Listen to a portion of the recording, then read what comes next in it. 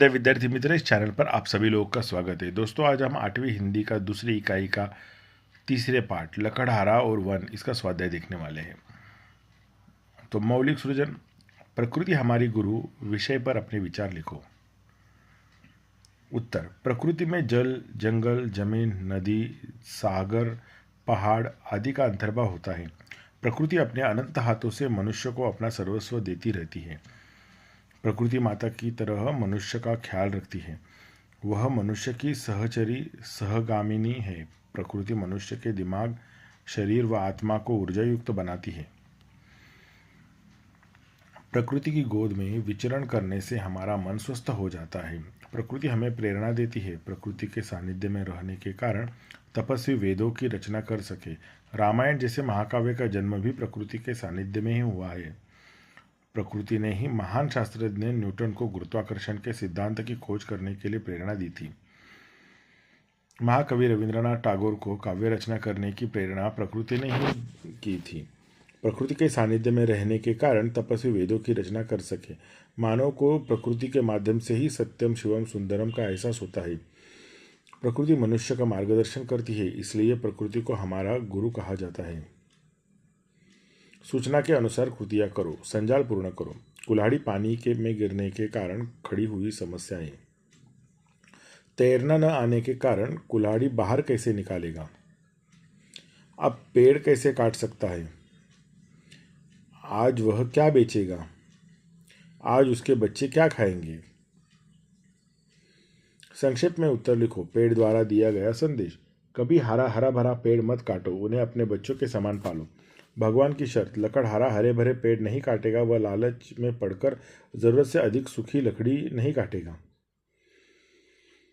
पेड़ों के उपयोग: शुद्ध हवा, पानी व भोजन प्रदान करना। पेड़ों की कटाई के दुष्परिणाम: पेड़ों की कटाई करने से वर्षा नहीं आएगी, अन्य जीवों का अस्तित्व खतरे में पड़ जाएगा, मनुष्य को शुद्ध हवा नहीं मिलेगी, मनुष्य का अस्तित्व खत्म हो जाएगा। कृति पूर्ण करो। पाठ में प्रयुक्त धातुओं के नाम: सोना और चांदी। भाषा बिंदु: निम्न वृत्त में दिए संज्ञा तथा विशेषण शब्दों को छांटकर तालिका में उचित स्थानों पर उनके भेद सहित लिखो। तो देखो उत्तर क्या है। नदी, सीता, ओके, नदी है जातिवाचक संज्ञा, विशेषण है पहाड़ी, पहाड़ी का भेद है गुणवाचक विशेषण। सीता व्यक्तिवाचक संज्ञा, पानी द्रव्यवाचक संज्ञा, गरीबी भाववाचक संज्ञा, ईमानदारी भाववाचक संज्ञा, पालक जातिवाचक संज्ञा, गंगा व्यक्तिवाचक संज्ञा, चांदी द्रव्यवाचक संज्ञा, सभा समूहवाचक संज्ञा। विशेषण: पहाड़ी गुणवाचक विशेषण, वह लकड़हारा सार्वनामिक विशेषण, 4 किलो परिणामवाचक विशेषण, 10 निश्चित संख्या वाचक विशेषण, कोई अनिश्चित संख्यावाचक विशेषण, धनी गुणवाचक विशेषण। पाठ में प्रयुक्त कारक विभक्तियां ढूंढकर उनका वाक्यों में प्रयोग करो। ने, समीर ने आदित्य से पुस्तक ली। को, विजय को घर जाना है। से, बालक कलम से लिखता है। के लिए, मैंने उसके लिए खिलौने लाए। का, वह अजय का बेटा है। की, वह सीता की बेटी है। के, वह किसान के बेटे हैं। में, टोकरी में फल है। पर, दरवाजे पर कोई तो आया है। उपयोजित लेखन: किसी मराठी निमंत्रण पत्रिका का रोमन अंग्रेजी में लिप्यांतरण करो। देखो, श्री टिळक मार्ग महाराष्ट्र साहित्य परिषदेचे शेजारी आम्ही एक छोटे कार्यालय उभारले आहे. या कार्यालयाच्या वस्तुशांतीचा समारंभ 10 डिसेंबर रोजी करण्याचे योजले आहे.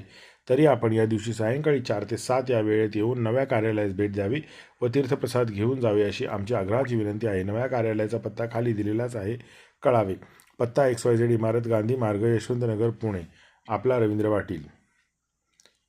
श्री तिलक मार्ग महाराष्ट्र साहित्य परिषदेच्या शेजारी आम्ही एक छोटे कार्यालय उभारले आहे. या कार्यालयाच्या वास्तुशांतीचा समारंभ 10 डिसेंबर रोजी करण्याचे योजले आहे. तरी आपण या दिवशी सायंकाळी 4 ते 7 या वेळेत येऊन नव्या कार्यालयास भेट द्यावी व तीर्थप्रसाद घेऊन जावे अशी आमची आग्रहाची विनंती आहे. नव्या कार्यालयाचा पत्ता खाली दिलेला आहे, कळावे.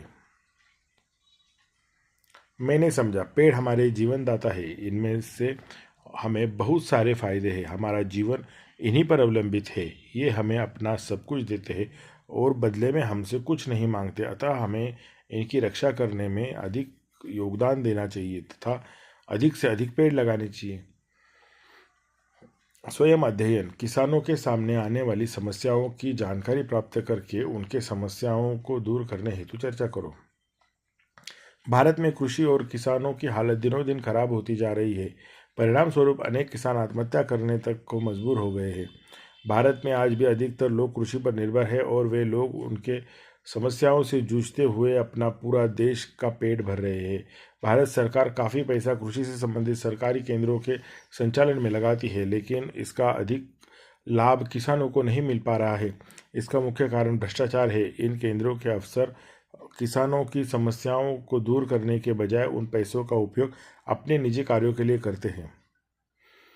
भारत में आज अधिकतर किसान अशिक्षित हैं, जिसके कारण वे अधिक ब्याज दरों पर बड़े बड़े साहूकारों से कर्ज लेते हैं और जीवन भर उस कर्ज के बोझ तले दबे रहते हैं। अंततः उन्हें मजबूरन अपनी ज़मीन या तो साहूकार को दे देनी पड़ती है या वह मजबूरन आत्महत्या कर लेते हैं। किसानों की समस्याओं को दूर करने के लिए सबसे पहले भारतीय सरकार को किसानों को प्राथमिक शिक्षा उपलब्ध करानी चाहिए, ताकि वे कर्ज लेते समय लिखा पढ़ी कर सके। किसानों को सरकारी योजनाओं का पूरा लाभ मिले यह निश्चित करना चाहिए। किसानों को कर्ज देने वाली बैंकों की जानकारी किसानों तक पहुंचनी चाहिए, ताकि वे कम ब्याज दरों पर कर्ज लेकर कृषि कर सके। लघु उद्योगों के बारे में किसानों को जागरूक करना चाहिए।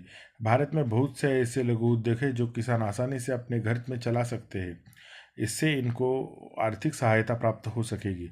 किसानों द्वारा उगाए गए अन्न की सही कीमत उन्हें मिले, यह सुनिश्चित किया जाना चाहिए। किसान हमारे अन्नदाता है, ये हमें जीवन दान देते हैं, तो हमारा भी कर्तव्य है कि हम इनके जीवन के बारे में सोचें। दोस्तों, अगर ये वीडियो आपको अच्छा लगा हो तो इस वीडियो को लाइक कीजिए और चैनल को सब्सक्राइब करके बेल आइकन प्रेस कीजिए। और आपको अगला वीडियो कौन सा चाहिए ये मुझे कमेंट बॉक्स में बताइए, ताकि मैं वो वीडियो आपको जल्दी से जल्दी दे पाऊँ। Thank you very much.